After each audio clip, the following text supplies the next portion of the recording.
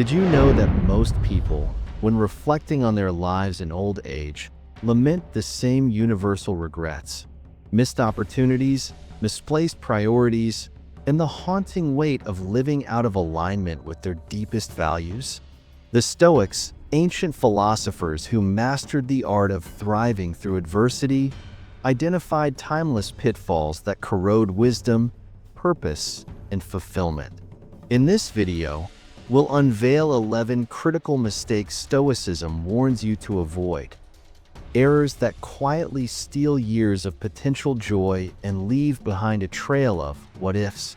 Imagine reaching the end of your life without the burden of these regrets, having lived with intention, resilience, and unshakable clarity.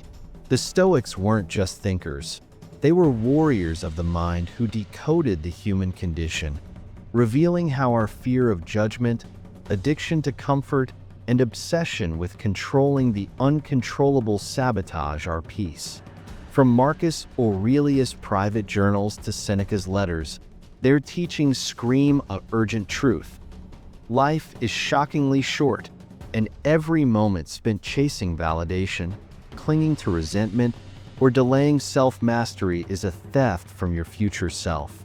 We'll dissect why waiting for the right time is a lie, how suppressing emotions breeds silent despair, and why chasing external success without inner virtue leaves even the accomplished feeling hollow. This isn't abstract philosophy, it's a survival guide for the soul. By the end, you'll see how Stoicism's razor-sharp insights can help you dismantle self-imposed limitations, embrace uncertainty as fuel, and craft a legacy of grit and gratitude. Don't let your life become another statistic of unspoken remorse. Press play, and let's forge a path where regret has no home. Number 1. Chasing external validation. The Stoics vehemently warned against tethering self-worth to the fleeting judgments of others, arguing that this habit erodes inner peace and enslaves us to forces beyond our control. Seneca, in his letters, observed that the crowd is a bad teacher of what is truly great or small, highlighting how societal standards often distort reality. Praising trivialities like wealth or status while undervaluing virtues like integrity and wisdom. Marcus Aurelius, in Meditations, reinforced this by reminding himself that applause or criticism are mere noises with no power over his soul unless he grants them permission. The Stoic antidote to this mistake lies in cultivating an unwavering internal compass, one rooted in self-awareness and moral clarity rather than the fickle whims of others. In today's hyper-connected world, where social media metrics and peer approval often dictate self-esteem, this teaching is revolutionary. Every like or follower count becomes a temporary dopamine hit, creating a cycle of dependency that leaves us perpetually hungry, anxious, and disconnected from our true values. The Stoics urge us to ask, why outsource your worth to strangers? True fulfillment, they argue, comes from aligning actions with personal principles, virtues like courage, justice, and temperance, which are inherently within our control. By shifting focus inward, we liberate ourselves from the exhausting pursuit of validation and build resilience against life's inevitable criticisms or indifference. External approval, like the weather, is unpredictable and ephemeral. Internal worth, forged through self-reflection and ethical living, becomes an unshakable foundation. To chase validation is to hand others the keys to your happiness. The Stoic alternative? Become the sole judge of your character and let your life speak for itself. 2. Neglecting self-reflection. The Stoics considered self-awareness the cornerstone of a meaningful life, and they practiced daily introspection through journaling, dialogue, and meditation to avoid repeating errors.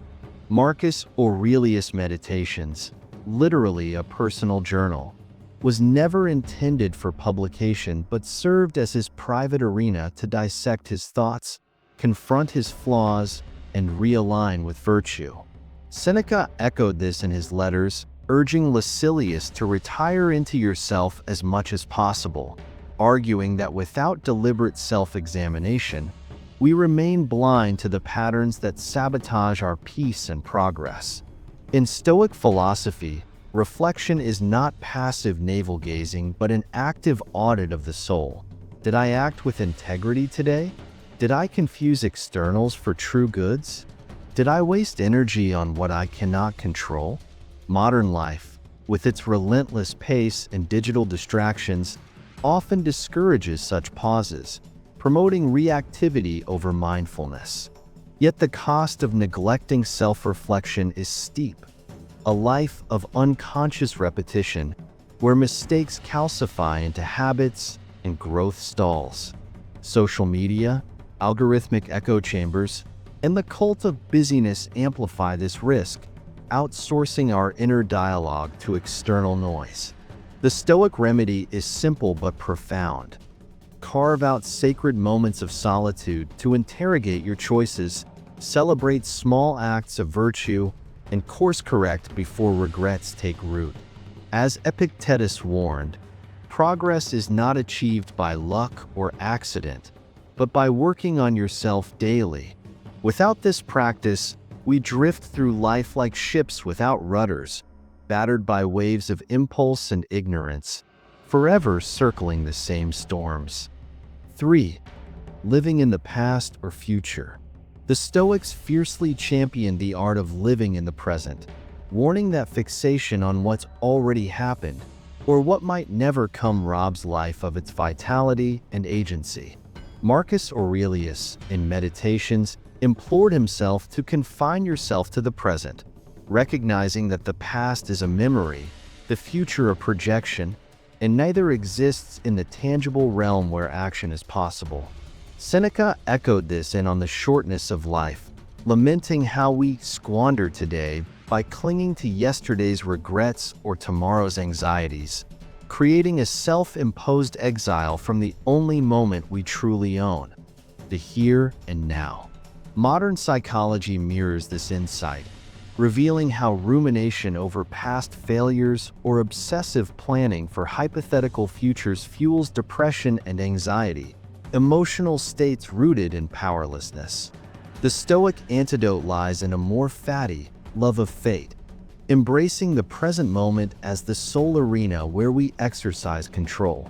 This isn't passive resignation but active engagement. When we anchor ourselves in the present, we reclaim the ability to act virtuously, respond thoughtfully, and savor life's fleeting beauty. Consider how often we miss opportunities for connection by replaying old grievances or paralyze ourselves with what-ifs about career risks or relationships. Stoicism teaches that the past, once gone, is indifferent, a teacher, not a jailer, and the future, while shaped by today's choices, remains unwritten.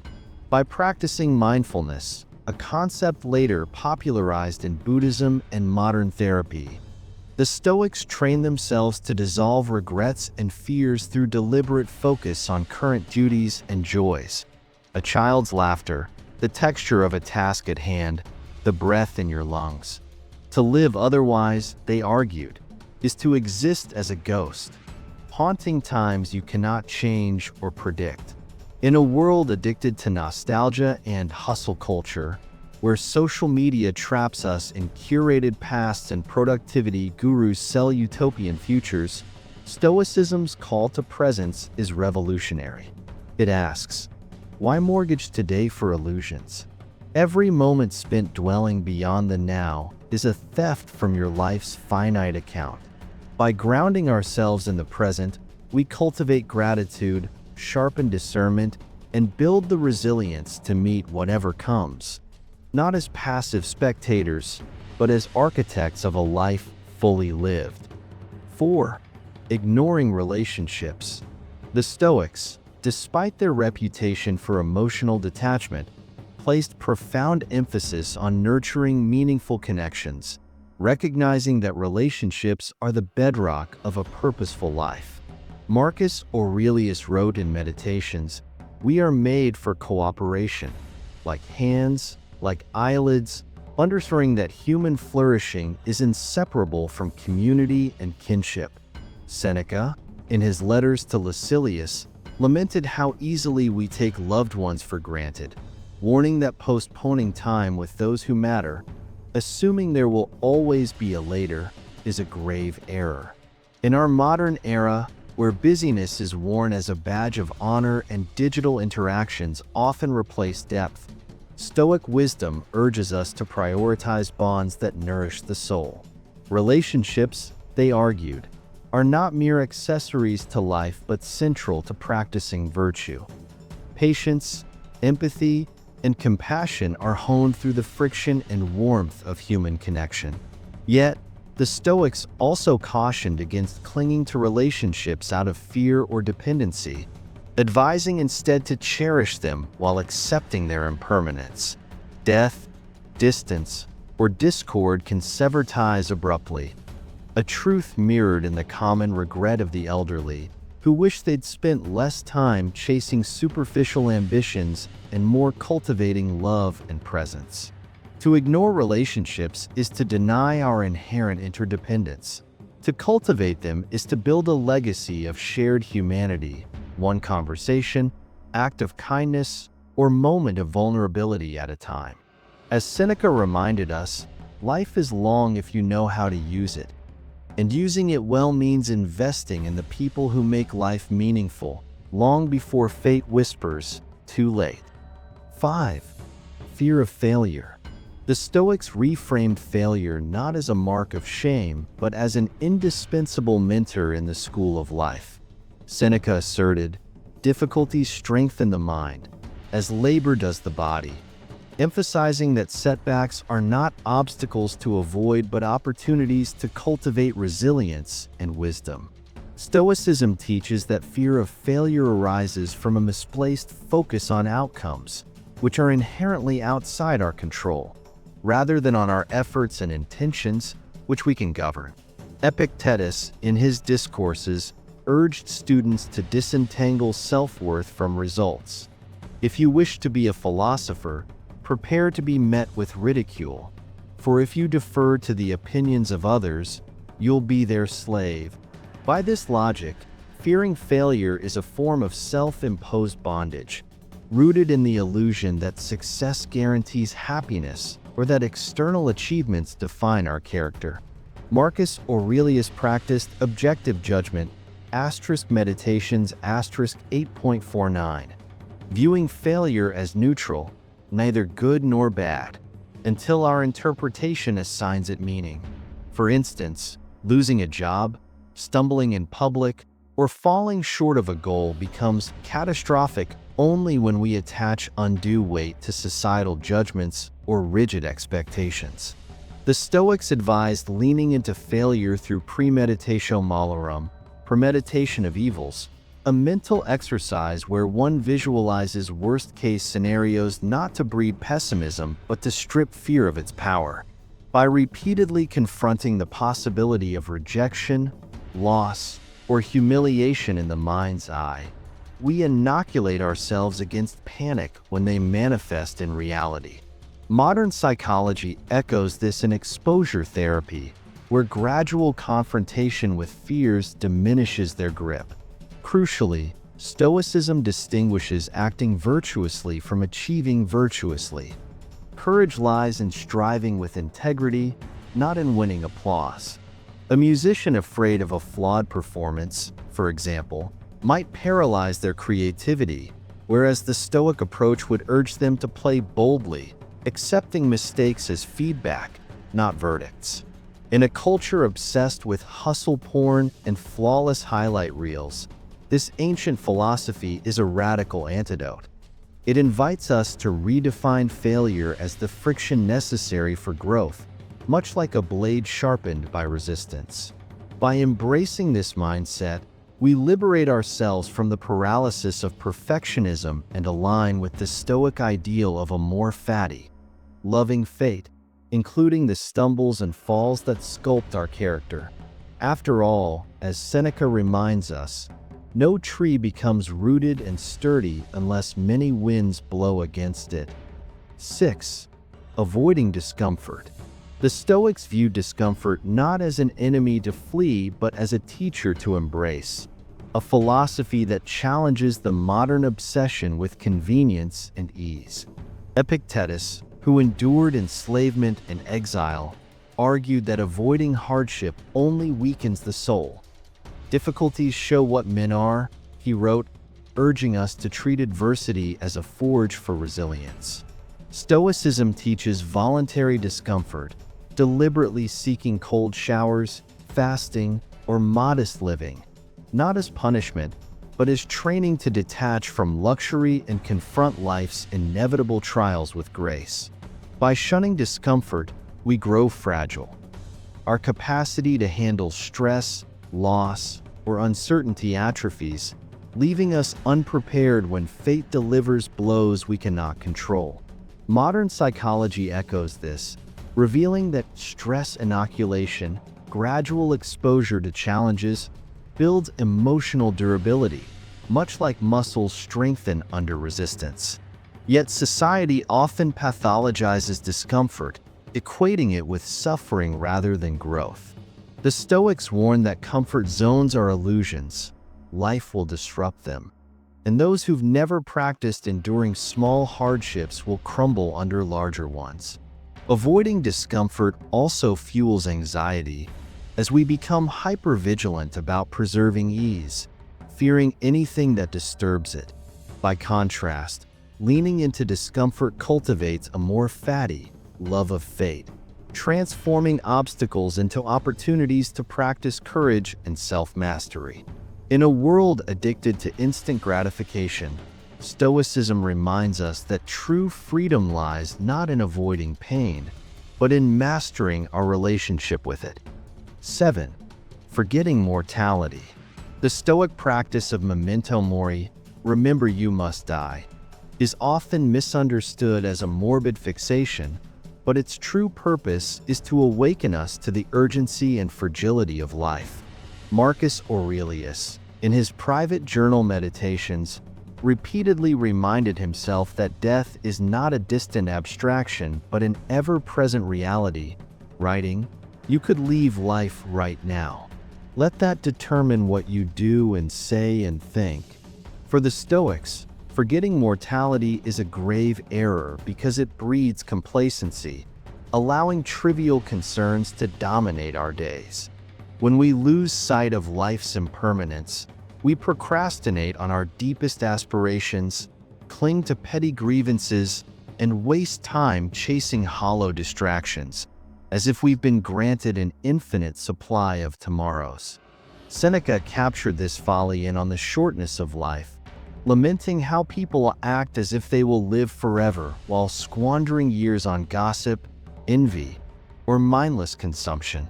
By contrast, embracing mortality sharpens our priorities. It compels us to reconcile with loved ones, pursue work that matters, and savor fleeting moments of beauty, knowing they are not guaranteed. This awareness is not meant to paralyze us with fear, but to liberate us from the illusion of control. Death is inevitable, but how we live is ours to shape. Modern society, with its relentless focus on youth, productivity, and avoidance of aging, often numbs us to this truth. But the Stoics argue that confronting mortality is the ultimate antidote to a life half-lived. When we remember that our time is finite, we stop postponing joy, forgive more readily, and invest in what endures: virtue, relationships, and the legacy of our character. As Epictetus advised, keep death and exile before your eyes daily, along with everything that seems terrible. By doing so, you'll never have a base thought, nor will you have excessive desire. In essence, memento mori is not a dark obsession, but a clarion call to live with intention, transforming mortality from a specter of dread into a compass for wisdom. By integrating this practice, we stop fearing the end and start honoring the gift of the present, crafting a life that, when reviewed in its final moments, leaves no room for the regret of wasted time. 8. Blaming others. The Stoics viewed blame as a corrosive surrender of personal agency, a refusal to engage with life's only true locus of power, our own choices. Epictetus, who endured enslavement and exile, distilled this insight with piercing clarity. Asterisk, if someone irritates you, it's only your own opinion that's irritating you. Asterisk, Stoicism teaches that external events, including others' actions, are indifferent. What matters is how we interpret and respond to them. When we blame others for our unhappiness, we outsource control of our inner state, becoming prisoners of circumstance. Modern psychology echoes this, revealing that chronic blame correlates with helplessness and resentment, as it fixates on what we cannot change, others' behavior, while neglecting what we can, our judgments and actions. Consider a traffic jam. Blaming the driver who cut you off fuels rage, but recognizing that their actions lie beyond your control frees you to focus on managing your reaction, a shift from victimhood to sovereignty. The Stoics urged radical accountability, not to absolve others of wrongdoing, but to reclaim power. Marcus Aurelius wrote, asterisk, you have power over your mind, not outside events. Realize this, and you will find strength. Asterisk, in a culture obsessed with assigning fault, whether in relationships, politics, or workplace conflicts, Stoicism challenges us to ask, does blame serve my growth, or does it keep me stagnant? By releasing the need to fault others, we cultivate resilience, redirect energy toward constructive solutions, and align with the Stoic ideal of autarkia, self-mastery. Blame, then, is not just a moral failing but a practical error, a distraction from the work of building virtue and inner freedom. 9. Ignoring inner growth. The Stoics measured success not by external accolades but by the quiet, relentless cultivation of virtue, wisdom, courage, justice, and temperance. Marcus Aurelius wrote in Meditations, you have power over your mind, not outside events. Realize this, and you will find strength, knowing that true prosperity lies in refining character, not chasing status. Yet modern culture often conflates self-improvement with productivity hacks, career milestones, or curated social media personas, mistaking achievement for actual growth. The Stoics warned that neglecting inner development leaves us hollow, no matter how impressive our resumes or possessions.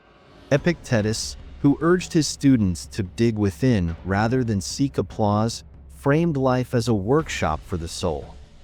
Every challenge is an opportunity to practice patience, every setback a test of resilience, and every interaction a chance to act with integrity. Unlike fleeting external victories, inner growth compounds over time, building an unshakable core that weathers life's storms. Ignoring this work, Seneca argued, is like polishing a statue while letting your mind rust, a futile trade of substance for superficiality. In a world obsessed with optimizing appearances, Stoicism redirects us to tend the garden of our values, habits, and thoughts, where fulfillment blooms not from what we acquire, but from who we become. 10. Letting emotions rule. The Stoics, far from advocating emotional suppression, taught the art of mastering emotions through the disciplined practice of reason, a principle Epictetus encapsulated in his famous dichotomy of control. We cannot choose our external circumstances, but we can always choose how we respond to them. Letting emotions rule, in the Stoic view, is not a failure of feeling but a failure of perspective, where temporary passions like anger, fear, or envy override our capacity for clarity and virtue. Seneca likened unchecked emotions to a storm at sea, tossing the mind into chaos. He argued that while emotions are natural, they become destructive when detached from rational scrutiny. For instance, Anger often arises from unmet expectations, but the Stoic remedy isn't to deny the emotion, it's to interrogate its source. Asterisk, is this expectation reasonable? Is this situation within my control? Asterisk, by pausing to separate instinctive reactions from deliberate judgments, we reclaim agency, transforming raw emotion into purposeful action. Modern psychology echoes this wisdom, as cognitive behavioral therapy, CBT, draws directly from Stoic practices, teaching individuals to reframe irrational thoughts that amplify distress. The peril of letting emotions rule lies in its ripple effects. Impulsive decisions strain relationships, cloud long-term goals, and erode inner peace. Stoicism, instead, urges proactive emotional hygiene, cultivating habits like morning reflection to anticipate challenges and evening review to assess responses. So we meet life's provocations not with reactivity, but with measured wisdom. In a world that glorifies following your heart, Stoicism offers a counterbalance. A heart guided by reason, where emotions inform but do not govern, fostering resilience and alignment with our highest selves. 11. Postponing life. The Stoics viewed the habit of delaying life, waiting for the right time to pursue purpose, mend relationships, or cultivate joy, as one of humanity's most tragic errors. Seneca, in his piercing essay on the shortness of life, condemned how people waste today by clinging to tomorrow, squandering years in trivial busywork, hollow ambitions, or passive consumption, all while assuring themselves that true living will begin later. This delusion, he argued, stems from a refusal to confront mortality. You act like mortals in all you fear and immortals in all you desire. The Stoic antidote is to recognize that time is the only truly non-renewable resource. Every moment spent chasing promotions to impress others, accumulating wealth out of insecurity, or numbing boredom with distractions is a theft from your own existence. Marcus Aurelius echoed this urgency in Meditations, urging himself to stop letting your dying soul be enslaved to random impulses, to act now as if this day were your last, not in reckless hedonism, but in deliberate alignment with virtue. Modern life exacerbates this mistake by normalizing procrastination as hustle culture or delayed gratification, disguising avoidance as productivity. We postpone difficult conversations, delay creative projects for perfect conditions, or sacrifice present joy for hypothetical futures, forgetting that someday is a myth. Stoicism teaches that fulfillment isn't a destination, but a practice woven into daily choices. To love boldly, work meaningfully, and engage fully with the present. Postponing life isn't merely a logistical error. It's a moral failure to honor the gift of existence. By fixating on tomorrow, we surrender today, the only moment we ever truly control, to the void of later, a realm where regrets are born. The Stoic imperative is clear: stop waiting. Live now, as if death might arrive by sunset, and let that awareness sharpen your priorities into acts of courage, kindness, and presence. Conclusion. The Stoics understood that self-reflection is the cornerstone of growth. Seneca wrote, "Throw aside your opinions, and you'll be safe." What is there to throw aside? Your attachment to the judgments of others, your reliance on external validation, your fear of discomfort. By asking which of these 11 mistakes struck a chord, we invite you to engage in prosoc, Stoic mindfulness, the practice of examining your life with unflinching honesty. Marcus Aurelius urged, "Waste no more time arguing what a good person should be. Be one." And this call to action isn't merely rhetorical. It's an invitation to join a community of seekers committed to turning philosophy into lived virtue. When you share your thoughts in the comments, you participate in a modern symposium, echoing the ancient Stoic circles where wisdom was refined through dialogue. Liking and sharing this content isn't just algorithmic fuel. It's a deliberate act of spreading arete, excellence of character, aligning with Epictetus's teaching that no greater thing is created suddenly, any more than a bunch of grapes or a figure. If you tell me that you desire a fig, I answer that there must be time.